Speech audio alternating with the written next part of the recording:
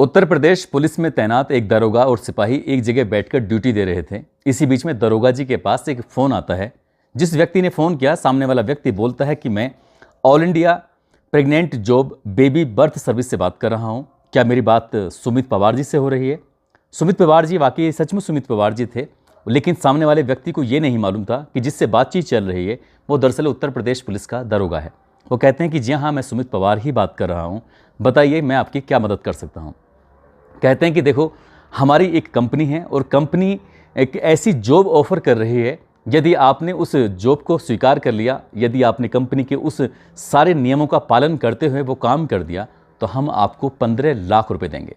बस एक महिला को प्रेग्नेंट करना है। जैसे ये बात चल रही थी, दरोगा जी ने अपने उस फ़ोन को हैंड स्पीकर पर ले लिया और इस बात को बराबर में बैठे हुए जो सिपाही थे, कांस्टेबल है, वो भी सुन रहा था। दोनों चटकारे लेने लगते हैं और चटकारे लेते लेते उससे बातचीत करना शुरू कर देते हैं। वो पूछा जाता है कि आखिरकार हमें करना क्या होगा। तो सबसे पहली प्रक्रिया होती है, जो पहला स्टेप होता है, वो स्टेप होता है कि 799 रुपये का रजिस्ट्रेशन कराना होगा। उसके बाद अलग अलग महिलाओं के बहुत सारे फोटोग्राफ्स आएंगे। उन फोटोग्राफ में से किसी एक फोटोग्राफ को चयन करना होगा। जितना था, तो सिपाही ने कहा कि सर 799 रुपये में आता क्या है, एक बार इसका रजिस्ट्रेशन करा के तो देखिए। जैसे ही दरोगा जी ने रजिस्ट्रेशन कराया, वैसे ही बस 20-25 महिलाओं के फोटोग्राफ आने शुरू हुए और उनमें से किसी एक फोटोग्राफ को चुनना था, चयन करना था। दरोगा जी ने पूछा कि भाई, मैं रहता तो बहुत दूर हूं, तुम कहां पर मुझे भेजोगे? तो उधर से कहते हैं कि आप जिस इलाके में हैं, जिस सर्किल में आप रहते हैं, उसी सर्किल की महिला का चयन किया जाएगा और ये फोटोग्राफ उन्हीं सर्किल की महिलाओं के होंगे। बस दरोगा जी ने 799 तो रुपये दिए, लेकिन उससे आगे नहीं बढ़े, क्योंकि आगे बढ़ते तो शायद ज़्यादा की ठगी हो सकती थी। आज की कहानी जो मैं आपको सुनाने जा रहा हूं, संभवतः ये भारत के इतिहास में ठगी करने की पहली ऐसी घटना है कि महिलाओं को प्रेग्नेंट करने के नाम पर लोगों को जॉब ऑफर की जा रही थी और भारत देश भर के कम से कम 11,000 लोगों ने इसमें रजिस्ट्रेशन किया। और जब पुलिस ने इस घटनाक्रम का खुलासा किया तो लोगों को यकीन नहीं हो रहा था कि ठगी करने वाले बिल्कुल अनपढ़, जिन्हें बिल्कुल पढ़ना नहीं आता था, वो पढ़े लिखे लोगों का इस तरह से बेवकूफ़ बना रहे थे। आदाब, नमस्कार, सत श्री अकाल। मैं उस्मान सैफी। आज की जो सच्ची घटना मैं आपको सुनाने जा रहा हूं, ये सच्ची घटना है बिहार प्रदेश का एक ज़िला है नवादा और इसी का एक थाना लगता है मुफस्सिल। दरअसल मुफस्सिल थाना क्षेत्र का गांव है गुरमा। यहाँ का रहने वाला एक लड़का, जिसकी उम्र लगभग 25 साल के आसपास रही होगी, अब से लगभग 7 साल पहले मुन्ना उर्फ दीपक अपने गांव से, अपनी माँ से, अपने बाबा से ये कह के निकला था कि बाबा, मैं बम्बई में नौकरी करने के लिए जा रहा हूँ।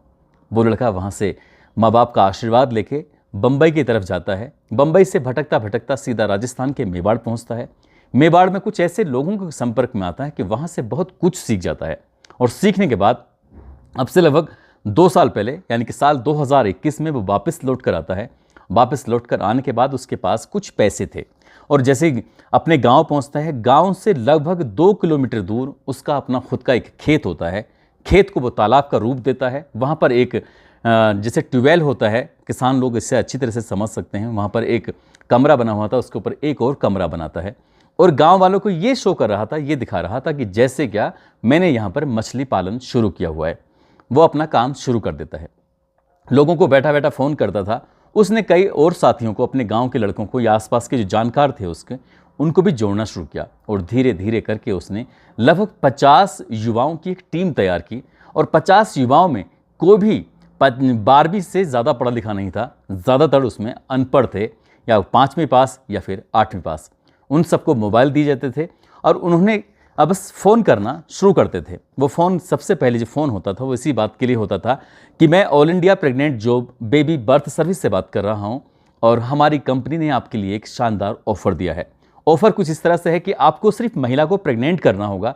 यदि आपने महिला को प्रेग्नेंट कर दिया तो हम आपको 15 लाख रुपये देंगे। सामने वाला व्यक्ति ज़रूर सवाल किया करता था कि ऐसी कौन सी महिलाएं हैं जिन्हें प्रेग्नेंट करने के लिए तुम पब्लिक के लोगों को चुन रहे हो।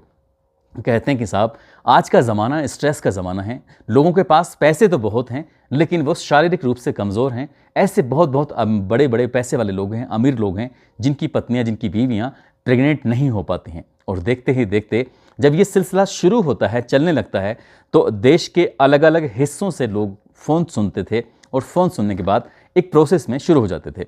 ये दिन भर कॉल होती थी। एक एक बंदे को लगभग 250 लोगों को फ़ोन करना होता था और 250 लोगों में कम से कम 8-10 लोग ऐसे ज़रूर होते थे प्रतिदिन के हिसाब से जो तैयार हो जाया करते थे कि जी हाँ, हमें बताइए करना क्या होगा।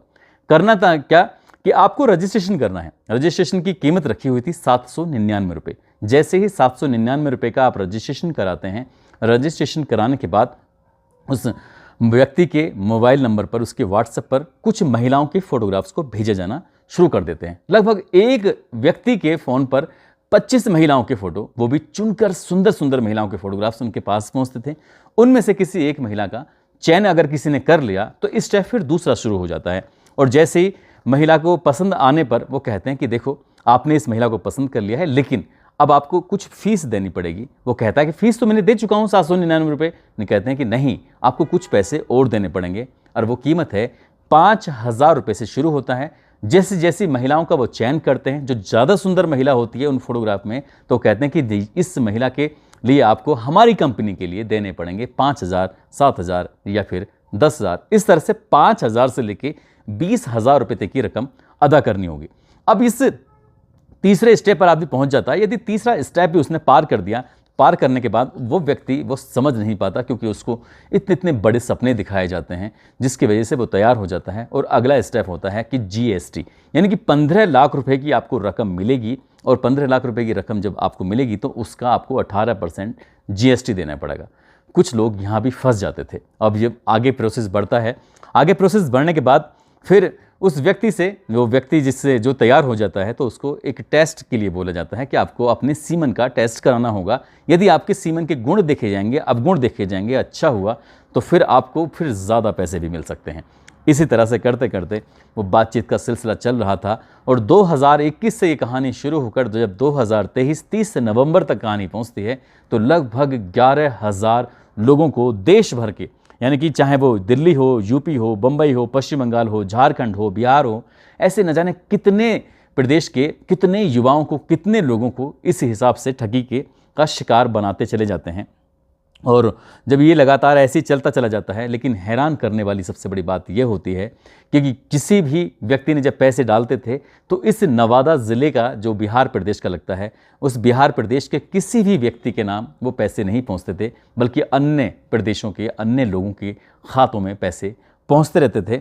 अब पुलिस ने के पास एक बिहार का ही लड़का पहुंचता है कि साहब ऐसे से मेरे साथ ठगी हुई है। और जब ठगी की बात पता चलती है तो पुलिस इस मामले की जांच पड़ताल शुरू करती है। जांच पड़ताल के बाद पता चलता है कि जिस नंबर पर पैसे भेजे गए वो उत्तर प्रदेश का नंबर होता है, उत्तर प्रदेश का खाता होता है। पुलिस ने वहाँ से भी तलाश करना शुरू किया। पुलिस ने उसे जब पकड़ा तो उसके बाद फिर पता चलता है कि बिहार प्रदेश का ज़िला नवादा है, नवादा के ही एक गाँव लगता है गुरमा, वहाँ के रहने वाले व्यक्ति हैं। जब वहाँ पुलिस ने छापामारी की तो तालाब के किनारे एक 2 मंजिला मकान बना हुआ था। उस 2 मंजिला मकान में कम से कम कई लड़के काम कर रहे थे, इस तरह से कॉलिंग कर रहे थे। पुलिस ने उनमें से 9 लड़कों को आखिरकार कड़ी मेहनत के बाद गिरफ्तार कर लिया। गिरफ्तार करने वालों में लक्ष्मण, कविंद्र, अजय कुमार, अनिल कुमार, प्रभात, लक्ष्मण कुमार, गोपाल दास, इस तरह से 8 लड़के होते हैं जो पुलिस को मिलते हैं। लेकिन पुलिस ने 25 आरोपियों के विरुद्ध मुकदमा दर्ज किया। और इनका जो सरगना होता है, मुन्ना उर्फ दीपक होता है, वो लड़का जो गांव से कमाने के लिए बम्बई गया था, और उसके अभी पुलिस ने जो उससे गिरफ्तार करने की कोशिश की, लेकिन वो गिरफ्तार हाथ नहीं लगा। लेकिन उसके माध्यम से जो पता चलता है तो वो लड़का भी ज़्यादा पढ़ा लिखा नहीं था। आज की तारीख में उसकी उम्र लगभग 32 साल के आसपास है। उस कम पढ़े लिखे लड़के ने, जो देश भर के अलग अलग, चाहे वो होटल में रहने वाले लोग हों या फिर विदेशी सैलानी हों, या फिर इस तरह से जहाँ से भी डाटा मिल सकता था, सही डाटा नाम सहित उस व्यक्ति का कहीं से भी वो प्राप्त करते थे डाटा, और उन पे वो कॉल क्या करते थे। इस हिसाब से पता चलता है कि जो मुन्ना उर्फ दीपक होता है, उसने 2 साल में लगभग 2 करोड़ रुपए की इसी तरह से लोगों से ठगी कर ली। और जब लोगों को ये पता चलता है कि महिलाओं को प्रेग्नेंट करने के नाम पर इस तरह से ठगी हो रही है, तो वाकई बड़ा आश्चर्य होता है, अचरज होता है। जब व्यक्ति से फ़ोन पे बातचीत क्या करते थे, पुलिस ने कुछ ऐसे लोगों से संपर्क साधने की कोशिश की कि आखिरकार तुमसे क्या बातचीत चलती थी। वो कहते थे कि आप जिस जिले के, जिस जनपद के, जिस इलाके के रहने वाले हैं, वहीं के आसपास की महिला को आपको दिया जाएगा, साथ ही आपके रहने का, आपके खाने का इंतजाम भी किया जाएगा। आपको ऐसी चीज़ भी दी जाएंगी खाने की जिससे कि आपके शरीर में ताकत आए, जिससे कि आप हष्ट-पुष्ट हों, ताकि हष्ट-पुष्ट बच्चा भी पैदा कर सकें। यदि आप इस मामले में सक्सेस नहीं होते हैं, तब भी आपको 5 लाख रुपए की रकम दी जाएगी। और इसी तरह से लगातार चलता चला जाता है। पुलिस इस मामले की गहनता से जांच कर रही है। पुलिस की कोशिश है कि जितने भी आरोपी हैं, जितने भी लोगों की टीम बनाई गई है, किसी भी आरोपी को बख्शा ना जाए।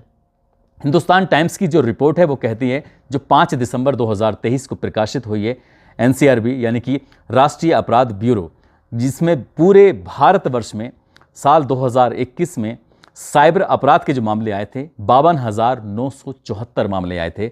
साल 2022 में एनसीआरबी की जो रिपोर्ट कहती है वो 65,983 मामले आए थे। जो साइबर के क्राइम हैं फिलहाल वर्तमान समय में लगातार बढ़ता चला जा रहा है। तरीके अलग अलग हैं, कभी किसी को सुंदर महिलाओं के नाम से, तो कभी किसी को प्रेग्नेंट करने के नाम से, तो कभी किसी की लॉटरी के नाम से, तो कभी किसी को अच्छे ऑफर देने के नाम से। इसी तरह से साइबर अपराध जब लगातार बढ़ता चला जा रहा है, एक व्यक्ति ने आरटीआई के तहत एक सूचना मांगी कि आखिरकार वो भी गृह मंत्रालय से, भारत सरकार गृह मंत्रालय से। तो भारत सरकार गृह मंत्रालय ने कहा कि साल जनवरी 2022 से मार्च 2023 तक जो शिकायतें आती हैं अपराध के मामले में, जो खासकर साइबर अपराध होता है, 2,16,739 ऐसी शिकायतें आईं, जिनमें सिर्फ साइबर अपराध की ही शिकायतें थीं, जिसमें लोगों को इसी तरह से किसी न किसी मामले में ठगा जा रहा था, बेवकूफ़ बनाया जा रहा था। साइबर फ्रॉड के मामले में अगर हम पूरे भारत की बात करें तो तेलंगाना प्रदेश नंबर 1 पर है, कर्नाटक दूसरे नंबर पर है और महाराष्ट्र तीसरे नंबर का प्रदेश बन चुका है। ये साल 2022 के आंकड़े हैं। दोस्तों, इस पूरे घटनाक्रम को सुनाने का उद्देश्य किसी को परेशान करना नहीं है, किसी का दिल दुखाना नहीं है, बल्कि आपको जागरूक करना है, आपको सचेत करना है, आपको बताना है कि आपके पास कभी भी इसी तरह की कोई कॉल आती है, कोई फ़ोन आता है और वो आपको लालच देकर आपको बताता है कि आपको ऐसा करना होगा और आपको इसके बदले में ज़्यादा पैसे मिलेंगे, तो समझ लेना कि आपके साथ ठगी होने वाली है।